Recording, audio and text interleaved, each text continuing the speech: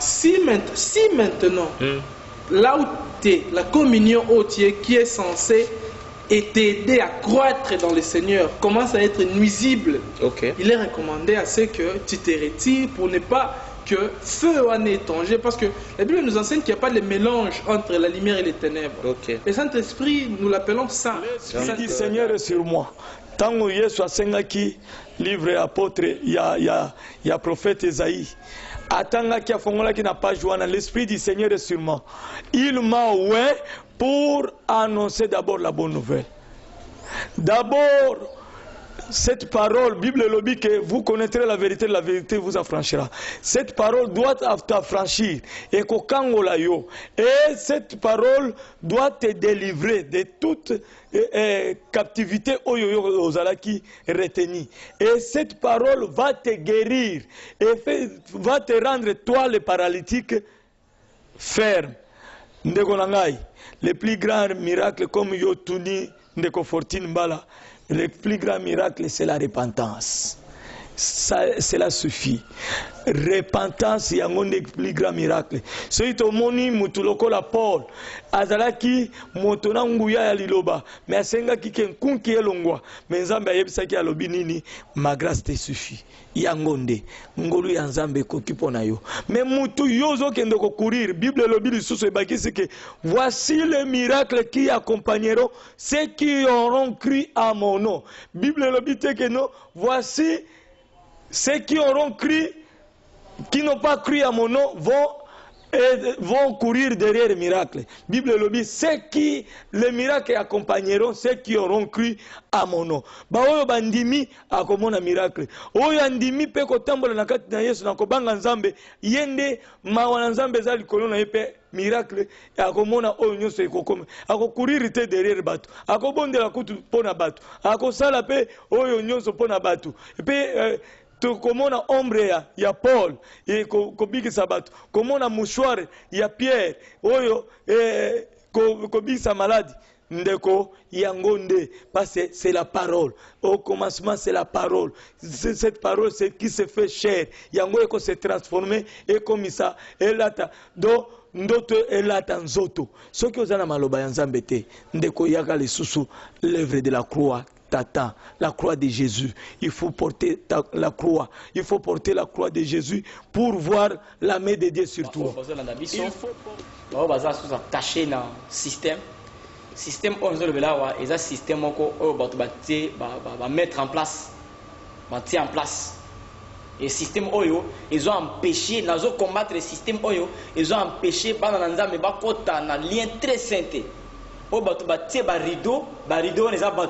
quand on a lien très saint, il faut passer par Moutou, il faut passer par pasteur, il faut passer par un frère quelconque. On a un système des hommes. Alors, nous avons beaucoup de monde. Nous avons commis les athées. Nous avons commis la Bible les athées.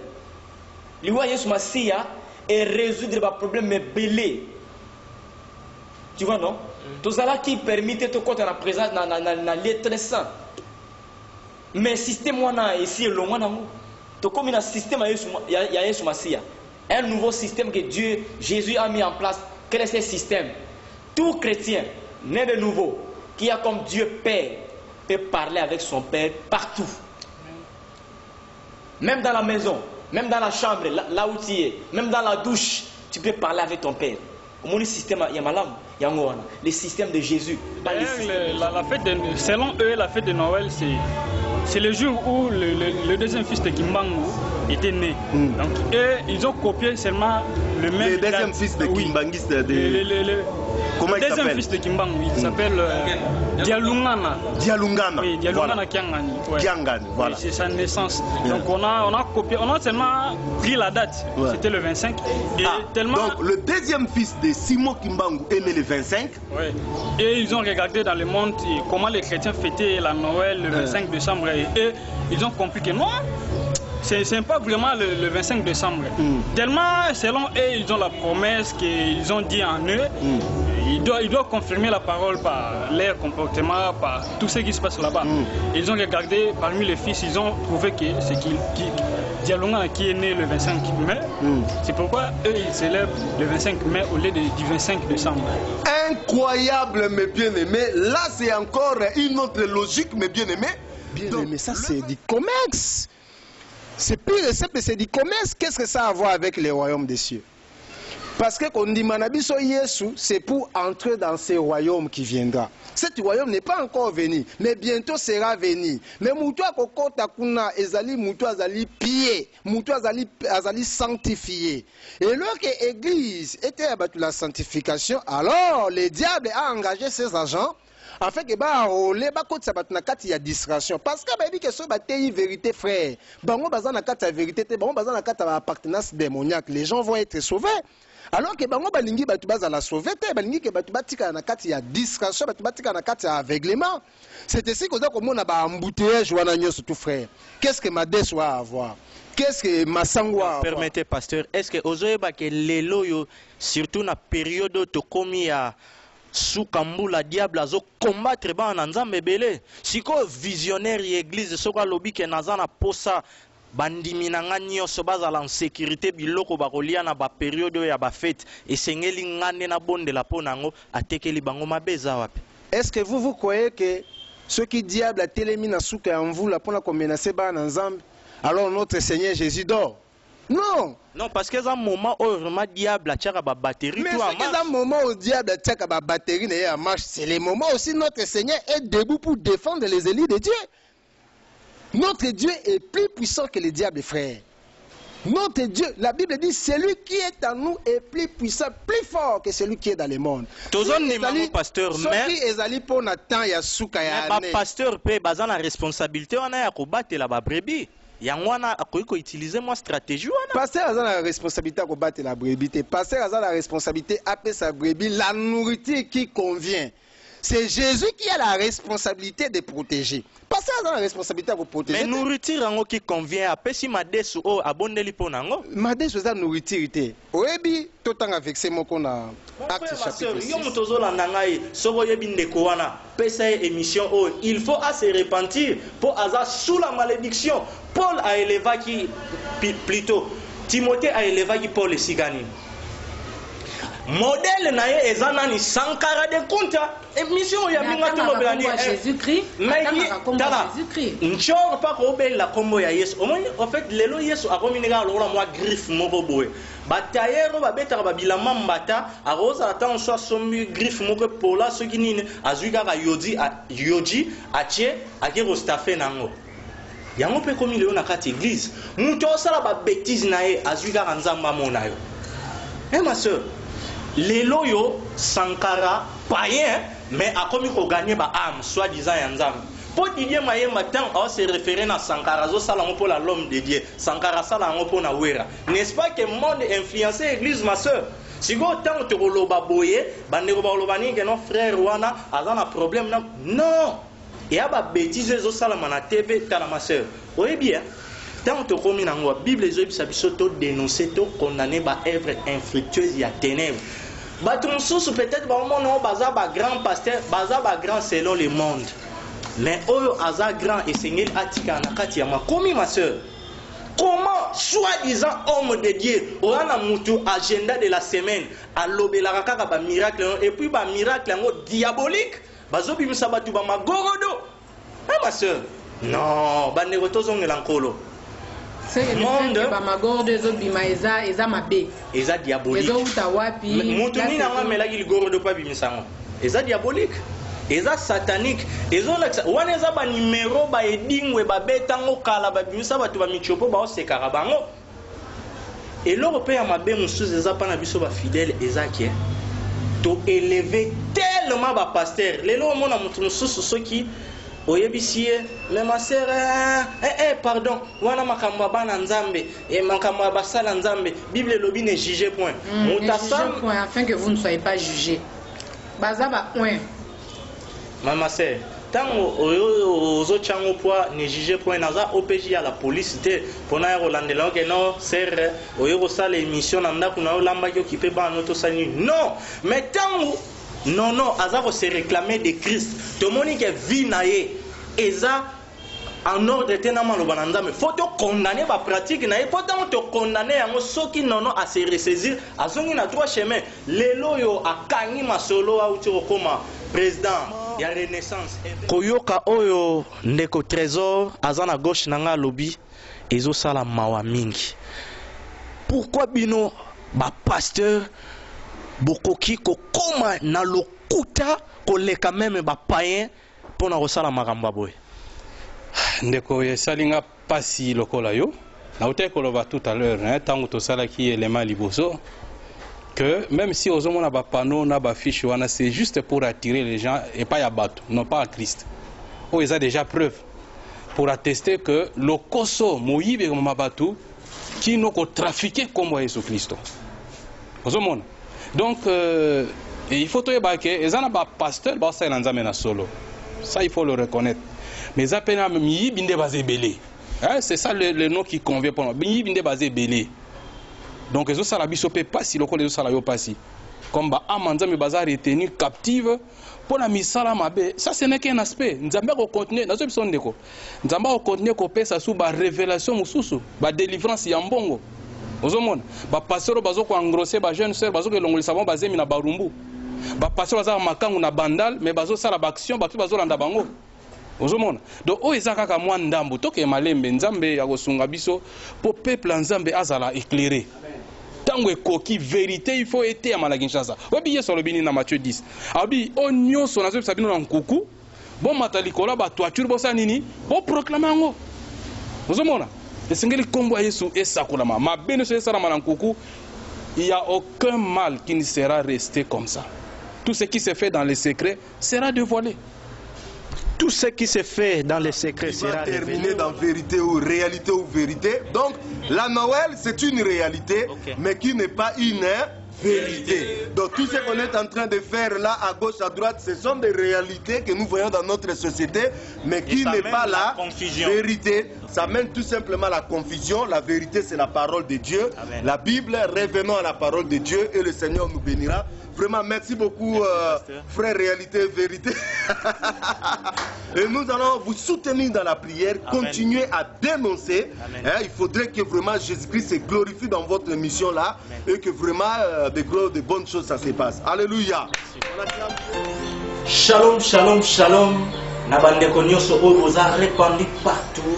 Na kati ya monde ba diaspora congolais oyo bozali ko prier pour la vérité ou réalité dans l'église parce que eza émission oyo vraiment bozali kozala édifier pourquoi pas na bandeko pe oyo tozana bango na République démocratique du Congo na Katanga na Lubumbashi pe na province ya Bakongo mingi vraiment tozomona bandeko na Kisantu na Mbanza Ngungu na Inkisi et na Matadi pe Nzambe apambola bino pourquoi pas bandeko pe oyo tozana bino awa na ville province de Kinshasa oyo ezali capitale ya République démocratique du Congo tozana bitite ya koyamba ba invité na ba émission na biso ba différents invités ba leki mais cette fois-ci eza édition moko to zali kosala yango comme invitation ndenge bomoni to bandaki na on extrait pour na rappeler parce que to aborder ba sujet ebelé na cadre ya ba émission na biso vérité ou réalité to lobeli comment le côté pasteur Freddy Manzanza et Mimi Nampoisa pique-nique en Christ désordre sexuel dans l'église église influente ou influencer l'influence du monde dans l'église et cette fois-ci ndenge to annonça kibino yango sous l'accord de mon sponsor officiel Jésus-Christ de Nazareth a fait si go pour que tout ça la rencontre na ba jeunes chrétiens. Bien aimé, il y a pas mal de jeunes oyo leloyo tant bazota la ba chrétiens bazali susu nelengi ya kosambela te. Ba tu balobi kia ba sœur en Christ baza ba sœur en lukuta, ba frère en Christ baza ba escroc. Bien aimé, rencontre de jeunes, invitation, yango tozo lancé et pas na bino bandeko nyonso oyo boza ibanda possibilité ya koya ezate mais boza na ba famille na bino ba camarades, ba jeunes, ba petits frères, ba petites sœurs, to bozala wana na commune ya Njili na référence ya makas ezali station Sainte Thérèse couloir ya Zénith 5e direction eza avenue PC numéro 4 salle de fête moko eza wana espace Kimpeye tokozala wana na ba jeune chrétien nyonso et na ba serviteur dédié oyo balingaka koteya gratuitement évangile. Bien aimé, thème tokolobela ndenge bozomona wana ezali jeunes et ses réalités dans l'église. 3 points toko aborder ezali ignorance, séduction, victime. Jésus-Christ a koloba yango mon peuple périt faute de connaissance. Et dans Luc, dans Matthieu 24, Yesu tango azopesa ba disciples signe basine ya kolakisa koya na ye ayebisi bango eloko moko, prenez garde que personne ne vous séduise. Lelo ebele ya ba jeune à cause ya ignorance bakoyi na séduction. Voilà pourquoi conséquence eza lelo toza ba victime ya ba système moko oyo etiama déjà en place. Comment expliquer, soi-disant, va grand serviteur de Dieu, oh l'homme des lignes, apôtre des nations, apôtre international, va comme il a Sankara adapté, va continuer à quatre églises. Et à cause de l'ignorance, à cause de la séduction, biso va jeune les autres toujours séparés. On a des photos à pasteur, aux autres pour la identité à pasteur nayo. Paul, Azalagi na Timothée, a comme ça qui est petit na ya casquette. Bien aimé, Tokolobela. Babilo Kebele, par la grâce de Dieu, n'a pas émission et belé au Tosali. Ensemble, on a invité de dénoncer. Mais cette fois-ci, le rôle en colo à permettre en face n'a pas jeune, de solo là vraiment. Thème jeunes et ses réalités dans l'église. De repérer sa opportunité, n'a pas jeune ni chrétien, bien sûr. Va poser ma question, lecture ni ne bazo ça par rapport. Il y a jeunesse lelo, na ba assemblée, ba tumususu balobi, ba ser bazo sambela lelo, baza ba ser alukuta. Ba komi na ba jupe moko magali adapté na quatre église. Et ce qui est grave encore, ils en ba tumususu balobi que non habillement ba ser et comme mabe. Bakomi kolata ba bise kotika tolo libanda ba mususu balobi bongo soki na lati bise la kisanga personne no balobi keza lisumu ko sola makambo na nyoso lokola ba jeune et ya motuya ezali ba réalité o nyoso toko lobela o tozo mona sur terrain na midi ya bana nzambe toko sala moi parallélisme moko na maloba na nzambe. Et je crois que tant moto na moto akobima na suka ya rencontre wana yemoko akoyeba réellement que naza race nini, naza ya nzambe to naza ya satan. Donc bien aimé bino batu boza libanda invitation yango rencontre de jeunes chrétiens thème Tokolobela jeunes et ses réalités dans l'église. Midi à 14h exacté.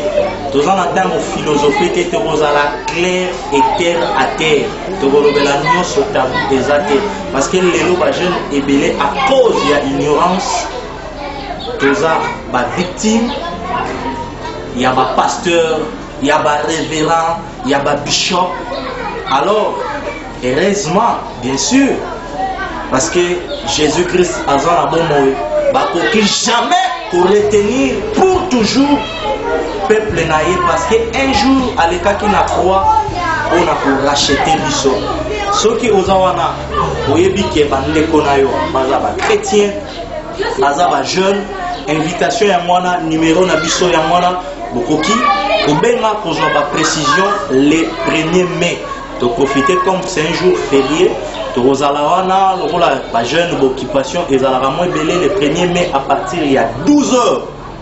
Juste, de bandi échange nabiso, questions, réponses, moutouna moutoutorotique opportunité, ya mutu na mutu pe sa compréhension contribution na ye par rapport ya thème autoza na no compréhension ni na na montant toujours la jeune et ses réalités dans l'église et par la grâce de Dieu to kozala wana na ba serviteur de Dieu ou bazana ba ministère bien sûr parce que tout chrétien est serviteur de Dieu mais to kozala wana na ba ministre de Dieu oyo baza humble baza ko se comparer na ba ministre ya finance et économie na bichoté ba koma ko tambola na bagarre du corps non to kozala wana na ba pasteur ba ndeko oyo bazote gratuitement évangile hein sans intérêt moko ya mabumu na bango toyebi ke ba rencontre ya boye na kati ya Kinshasa eza ba moment moko bato bazotondisa na mabumu na bango.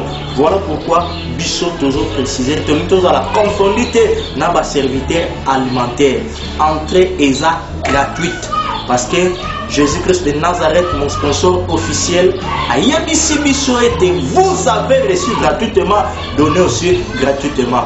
Bien aimé, toujours ça la échange na eloko mokote. Par contre, le ko la bâtiment na biso na Congo, ba mo eza makas to koluka comment ya kopesa bande ko moi ba maille peut-être moi j'ai de façon que biso tout participer na rencontre wana. Na yebi ke eza bande ko belé bozoloba bobandaki kaka boye malembe bokomi ko recruter batu. Non, je précise cela avec force parce que biso nga personnellement présentateur il y a émission Vérité ou Réalité dans l'église toza on a été pour recruter batu. Vérité ou Réalité dans l'église lolenge moko na RDC de vie o toza na bango en collaboration eza juste ba chaîne sur YouTube ba support o eza pour servir biso ya ko teya sango malam. Donc bino bandeko bolandi annonce autopsie, il faut vraiment pour préciser église eza vérité ou réalité non. Toza dénomination mon côté vérité ou réalité eza chaîne ndenge bozo landa biso bino bato boza libanda. Donc toza na sima ya dénomination mon songolo bakalate toza na sima ya Jésus-Christ de Nazareth. Je précise cela que entrée eza gratuite. Boye sabane mon abino baya na bango calme baza la poser bakabisa teo bozalo nzamba la kisinga ipe sans enveloppe non eloko nzamba zosenga na biso eza mitema na biso na rassurer bino eloko moko te boya boko yamba mabala boko yamba bikama po mingi pe ba yambisa bino mabala ngo bien aimé okoyiko yamba libala moke lifelo. Donc ce qui est sûr, je le crois que mon sponsor officiel Jésus-Christ de Nazareth a pour permettre de sangisa ba jeune sans pour autant asala eloko o akani kosala na volonté na et je crois que eloko ya makasi oyo nga personnellement naza ko s'attendre nango nzambe asala na ba jeune nyonso o to kozala wana ezali délivrance na biso. Tant nazolo ba délivrance eza ba magorodo bakoma ko bimisa bino na ba 8e rite non wana eza ba distraction baza ba agent moko en faire et préparer pour que ba mema bat na perdition. Bible zoyebisa biso il envoya sa parole et sa parole les délivra. Voilà pourquoi na naissance ya église bien-aimée na acte chapitre 2 Bible zoyebisa biso bandeko bazalaki wana après avoir koyoka discours voilà prédication ya notre bien-aimé Pierre qui se repose à cause de la résurrection ya bassin.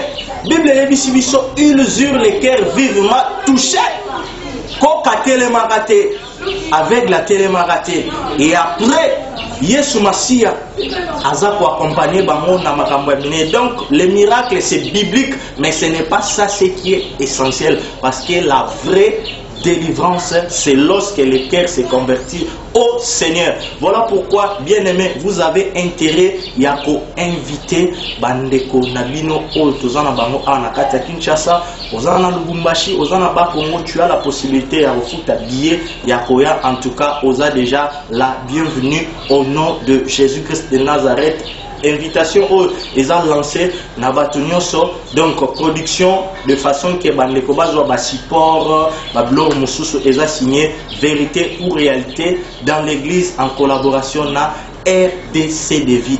Entrée eza gratuite. Lelo yo bana nzambe ebele baza ba victime tokomi na ba sankara adapté na kati ya l'église tozoyeba te c'est quoi l'église omoni mutatie photo ya mwasi na mobali na ya komi fondation telle tolobi pe biso batu ya mama we bien aimé Jésus-Christ revient bientôt. En tout cas, un grand merci à mon sponsor officiel Jésus-Christ de Nazareth et merci aussi na bandeko lokola Bénédicte Mapamboli na kati ya Paris, Sœur Marie Agnès bandeko boza ebele na kati ya Belgique oyo forcément na yebi bino te mais na fardeau oyo Saint-Esprit etie bino boza ko prier pour la vérité ou réalité dans l'église. En tout cas, que Dieu vous bénisse. Nangale Mapé, notre frère Steve, que Dieu te bénisse. Attendant ton monanité, mais l'essentiel est ça partout où nous avons ayoki vérité à salela yango parce que bisognos au rendez-vous est ça na katia royaume. Donc toujours préciser le 1er mai c'est un jour férié, ça sera un vendredi. Toujours à partir il y a 12 h juste échange na biso et bandi ti x temps toko intervenir tozala na ba serviteur de Dieu oyo baza côté ya gratuitement évangile nazo répéter yango parce que tozana confusion na kati ya ville province à Kinshasa tolingo za la confondité na ba serviteur alimentaire autant bazo salisa ka babiloko boy bazo kabula ka ba faire part bazo bengisa ka ba musicien bazo yemba tout est grâce mais bazo teka ka ba support ozo yemeloko na le compteur na bien aimé biso par la grâce de Dieu Yesu Masia alobi hein bokende partout côté ya sango malamu vous avez reçu gratuitement donné aussi gratuitement. Donc, rencontre oyo entrée eza gratuite. Entrée eza gratuite. Par contre, par la grâce de Dieu, bandeko toluka comment kosomba ba mai mo ba jiko pesa bandeko mosusu. En tout cas, pour plus de précision, bobengi na ba numéro wana bozwa biso sans problème. En tout cas, pour na ça, un grand merci à mon sponsor officiel Jésus-Christ de Nazareth parce que yemuto asungi le 1er mai pour que tout tenir rencontre wana. Je crois que bino nyonso bozola la vérité ou réalité dans l'église. Que Dieu vous bénisse. Frère pense bandeko belé bazoye baté vérité ou réalité dans l'église. Eza église, eza kombo nanga ou comment yo mekana no ko préciser biso yango lisusu à partir Europe kuna vérité ou réalité dans l'église eza nini eloko nini frère pense mata yebisa bandeko bye bye. Vérité ou réalité ezali émission moko o ezali que je peux dire émission y attend de la fin. C'est une émission y attend de la fin. Vraiment, c'est une émission qu'on a vraiment admirée. Ezali émission oyo ezali ko transformer les âmes parce que les gens étaient dans l'ignorance.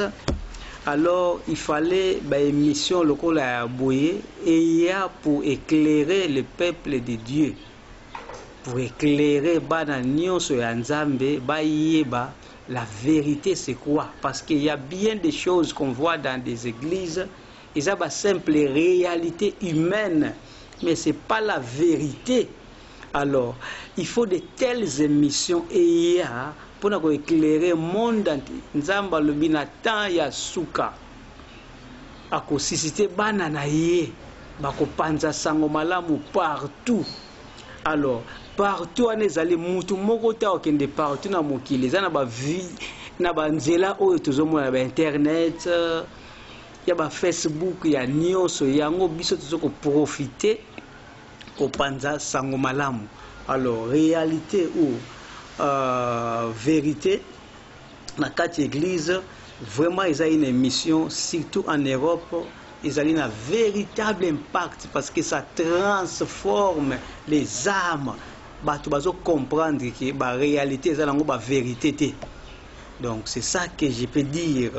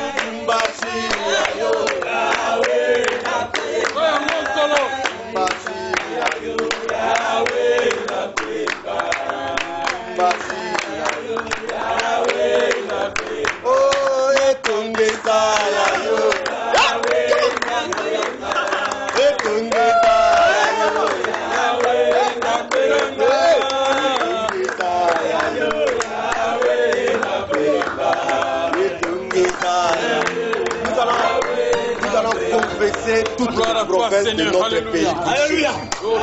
Pas Congo pour toi. Katanga pour toi. Kassai oriental pour toi. Kassai oriental pour toi. Nord Kivu pour toi.